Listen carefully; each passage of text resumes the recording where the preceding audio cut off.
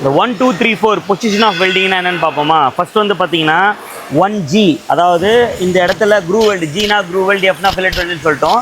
1 அப்படின்றது ஒரு natural position. இப்படி வச்சு ஒரு ஜாயிண்ட்டை நான் வந்து அடிக்கிறேன் அப்படின்னா இதுதான் பொசிஷன் நம்பர் 1.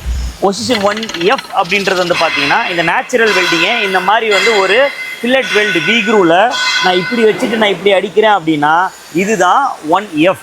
இப்போ 2G அப்படின்னா என்னென்னு வந்து பார்த்தீங்கன்னா இந்த மாதிரி ஒரு ஹரிசான்டல் ஜாயிண்ட் வந்து நான் இப்படி அடிக்கிறேன் அப்படின்னா 2G. அதே 2F 2 ஃபில்லட்னா என்னென்னு வந்து பார்த்தீங்கன்னா இப்படி ஒரு ஹரிசான்டல் ஜாயிண்ட் வந்து வரல இந்த 90 டிகிரியில் நான் இப்படி வெல்ட் அடிக்கிறேன் அப்படின்னா இதுதான் 2F.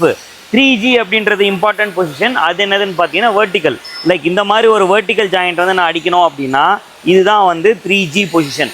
இதே 3F இது ஒரு ஃபில்லட் வெல்டாக இருக்குன்னா எக்ஸாம்பிளுக்கு வந்து பொசிஷன் இருக்குது பார்த்தீங்களா, இந்த வெல்டிங்காக இருக்கட்டும் இல்லை இது இருக்குல்ல, இதெல்லாம் வந்து பார்த்தீங்கன்னா 3F பொசிஷன். 4G ரொம்ப இம்பார்ட்டண்ட்டான பொசிஷன், ஓவர் ஹெட் வெல்டிங் சொல்லுவாங்க. இந்த மாதிரியான ஒரு position against to the gravitational force இப்படி நான் அடிக்கிறேன் அப்படின்னா இந்த ஒரு பொசிஷன் இது வந்து ஒரு ஃபில்லட் ஜாயிண்ட்டாக இருக்கிறதால இதை நம்ம 4Fன்னு சொல்கிறோம். இது கூடவே இங்கே ஒரு பிளேட் வச்சுட்டு நான் அடிக்கிறேன் அப்படின்னா இதுதான் 4G. ஸோ இந்த 1 2 3 4 பொசிஷனுக்கான மீனிங் வந்து இதுதான். 1G 1F அப்படின்றது groove and fillet welding. 1 2 3 4 position based on the gravitational ஃபோர்ஸுக்கு அகைன்ஸ்டாக இருக்கக்கூடிய ஒரு பொசிஷனை தான் வந்து 1 2 3 4 அப்படிங்கிறத நம்ம சிம்பிளாக வந்து புரிஞ்சிக்கலாம். Thank you very much.